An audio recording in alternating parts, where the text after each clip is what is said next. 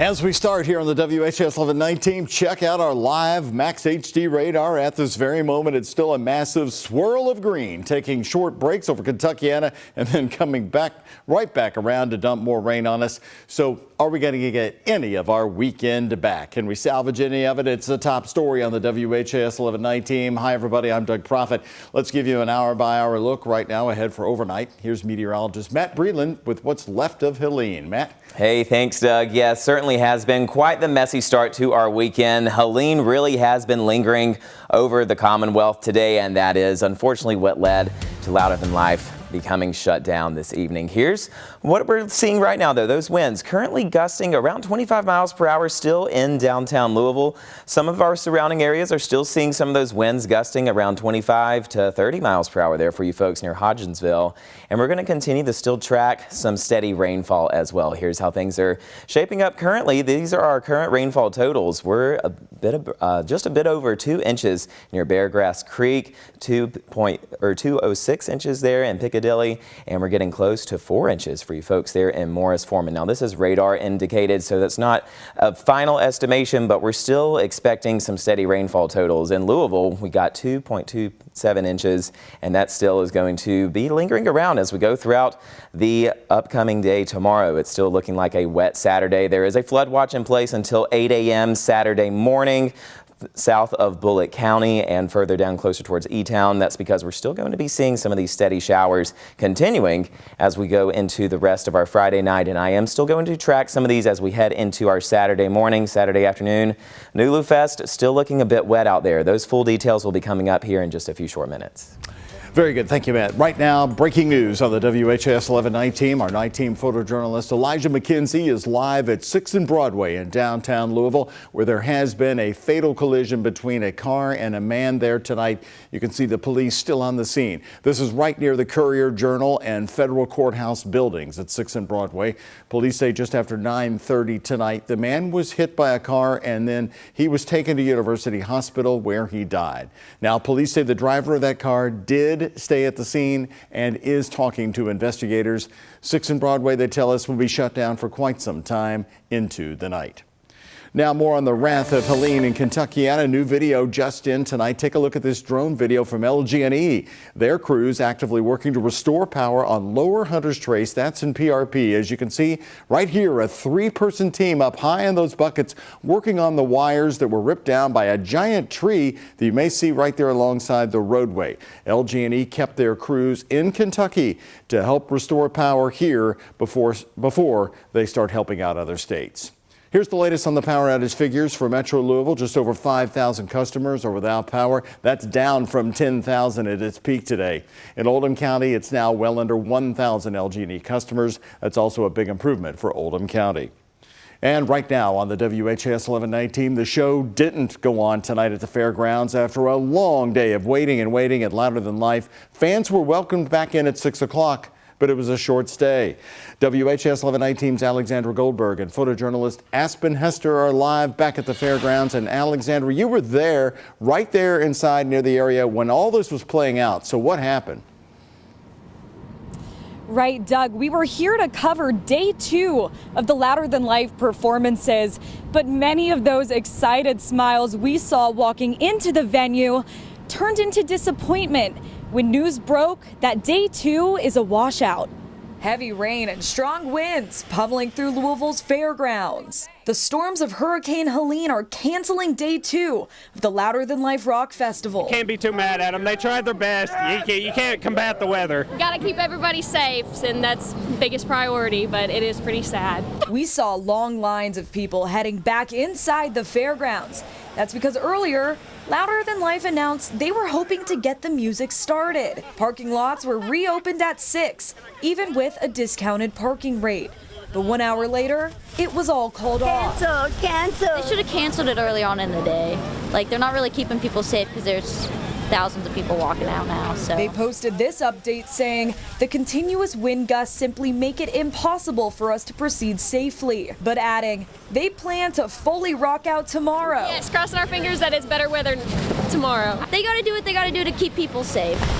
In the Shawnee neighborhood, this tree fractured in half. I was writing a sermon and I got up and came in and sit down for a few minutes and I dozed off, and I just heard this noise that it's unexplainable. And actually, I thought the house was gone. Heavy branches smashing into this fence and debris all over the street. It happened in Wendell Harris's backyard. When I think about all the people that are in the eye of that storm and everything that they lost, this is nothing. Residents still holding out hope that Hurricane Helene will swiftly move out of Metro Louisville. Again, the festival says they fully intend for tomorrow to go as planned. And on an Instagram post, they're telling Friday single-day pass holders to check their email for communications.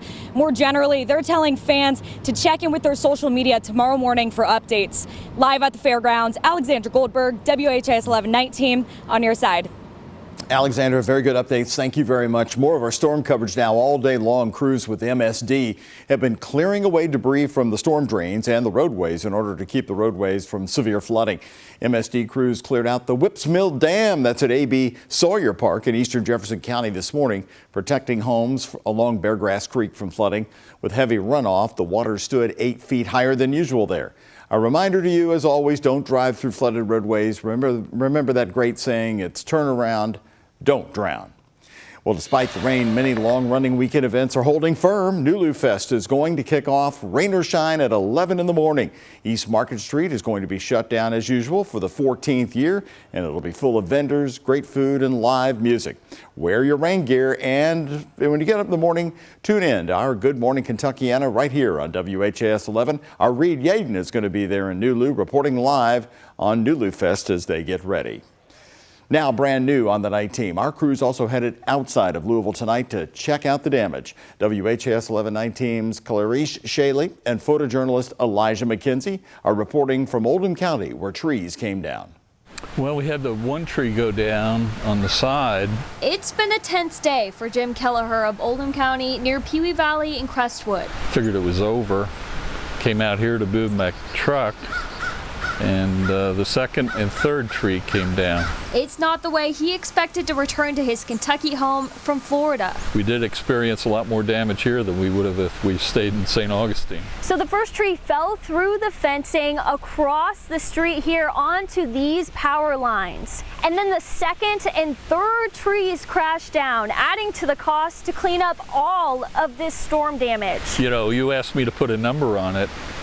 I could have put a number on it a couple of years ago, but now, with the way prices are, who knows what it's going to cost. Also in Oldham County, the LaGrange Fire and Rescue were on site of a blown transmitter. Neighbor Mary Hoke heard the boom, but still had power. What happens, happens. I mean, that's my attitude, and I can't control it, so. Kelleher lost power, so he's got this generator going. And after a quick dinner, he's staying at home. We're going to revert back to the old days. We're going to sit around and maybe have a conversation. It may be a long weekend as they hope to say goodbye to Helene. In Oldham County, Clarice Shaley with photojournalist Elijah McKenzie, WHAS 11 night team on your side. A reminder, now's the best way to stay up to date with the latest on this storm, as we hope it's going to be leaving soon. Download the free WHAS 11 app. You can actually scan that QR code that you see right now on your screen, or go ahead and download it from your app store. You'll get alerts from the Weather Impact team right to your cell phone. More local news for you on the night team. He is now in his final days. JCPS Superintendent Marty Polio, who worked his way through the school district as first a teacher and then its leader, is retiring in July. Polio announcing it today. In a letter he sent off to employees, he says his plan was always to leave at the end of his contract, this current one, which wraps up July 1st. He's been superintendent for 7 years. Late today, we caught up with JCPS Board Chairman Dr. Corey Scholl, who said Polio will be a hard person to replace. Dr. Polio has been a formidable leader who has not backed down from any challenge. He has observed the district, he's assessed the strengths and weaknesses of the district, and each one of those weaknesses he has done his best to improve and to lead this district. Dr. Scholl told us they'll begin a national search for polio's replacement, and he hopes to have the new leader in place by next June before Marty Polio leaves. Polio's JCPS career, by the way, started in 1997 as a social studies teacher. Also happening today, the interim chief now has the job full-time. Louisville native, St. X and U of L grad Paul Humphrey was officially sworn in as the new full-time Louisville Metro Police Chief. So help me God. Congratulations. Paul Humphrey and the mayor there. Humphrey has been serving as interim chief since June and was officially appointed as the permanent chief this month. Humphrey is the sixth person to hold the title of chief in the past 4 years, and today was asked how he's going to be different. The biggest obstacle in leadership, period, is always communication. And we have to do a better job of communicating with the public. Communication's a two-way street, right? So we can tell you all kinds of things, we can put out all kinds of information, but we also have to listen and get feedback. Humphrey's new command staff was also sworn in today. Major changes made today. Greenberg calling it the largest change in command staff at LMPD in recent history. Young people being held at the Jefferson Regional Juvenile Detention Center will be temporarily moved now as the center gets much needed renovations. For years, lawmakers have worked to secure funding for this downtown project. Now on September 30th, the center will close so safety improvements can be made. When that happens, young men with lower level offenses will be held at the Campbell Regional Detention Center.